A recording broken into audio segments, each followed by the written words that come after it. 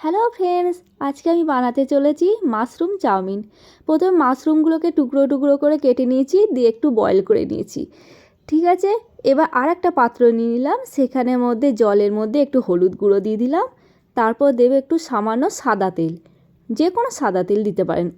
তারপরে আপনি একটু ওয়েট করবেন জলটা ফোটার পর্যন্ত। জলটা যখন এরকম ফুটবে তখন ওই অবস্থায় চাউমিনগুলো ঢেলে দেবেন।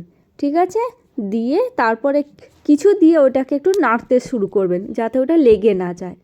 ঠিক আছে, তারপরে জলটা যখন দেখবেন যখন বয়েল হয়ে গেছে, মোটামুটি সেদ্ধ হয়ে গেছে, আপনি বুঝতে পারবেন, তখন চাউমিনগুলো তুলে নেবেন, জলটা ঝরিয়ে নেবেন, দিয়ে একটা কড়াই নিয়ে নেবেন। কড়াইতে রসুন দেবেন প্রথমে।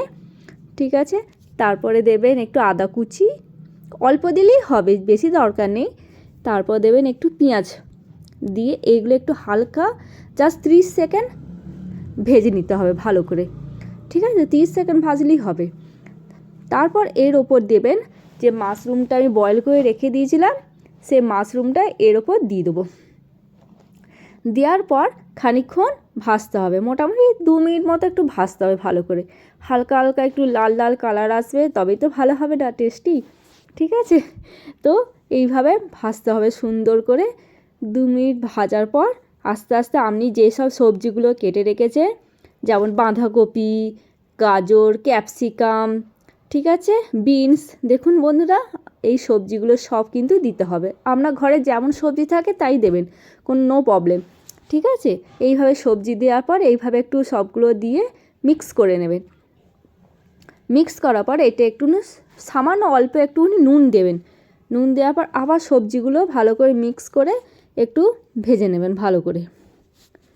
ঠিক আছে, এইভাবে ভাজতে হবে, একটু টাইম লাগবে, কিন্তু যখন দেখবেন সবজিগুলো ভাজতে ভাজতে হালকা নরম হয়ে গেছে, বুঝতে পারবেন, তখন ওর ওপর আপনি দিয়ে দেবেন নুডলসগুলো, যেগুলো আপনি আগে বয়েল করে রেখে দিয়েছিলেন। ঠিক আছে, নুডলসগুলো দিয়ে সব কিছু আবার ফের মিক্স করতে হবে আপনাকে, দিয়ে একটু ভাজতে হবে ভালো করে। ঠিক এইভাবে তারপর আপনি এর ওপর দিতে পারেন একটু ভিনিগার অল্প পরিমাণে। তারপর আপনি দেবেন একটু সয়া সস, খুবই অল্প অল্প দিলেই যথেষ্ট। ঠিক আছে, তারপর আবার আপনি এগুলোকে ভালো করে মিক্স করবেন। ভালো করে না করলে এটা খেতে টেস্টি হবে না। লাস্টে দিয়ে দেবেন একটু চাউমিন মশলা, এটা দিলে তো আর বলতে হবে না, উফ কি টেস্টি না হবে। আর বাচ্চারা তো চাউমিন খেতে খুবই ভালোবাসে। দেখো বন্ধুরা কি সুন্দর লুকটা এসেছে। ওহ, খিদে পাচ্ছে না তোমাদের?